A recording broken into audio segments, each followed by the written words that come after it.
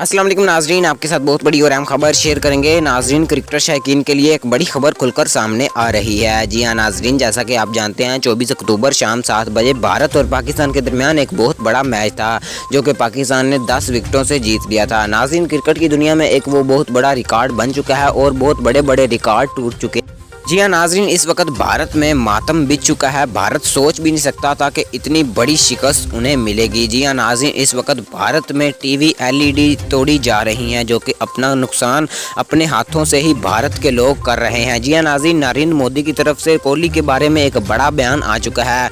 मुकम्मल तफसील आपके साथ शेयर करेंगे। उससे पहले अगर आपने अभी तक भी हमारे चैनल को सब्सक्राइब नहीं किया तो जल्दी से सब्सक्राइब करके वीडियो को लाजमी से लाइक कर दें। जी हाँ नाजरीन, मोदी ने ऐलान किया है कि जो कोहली है इसे टीम से निकाल दिया जाएगा और एक नया जो कैप्टन है उसमें उसको शामिल किया जाएगा, क्योंकि ये एक विकेट भी पाकिस्तान की नहीं ले सका।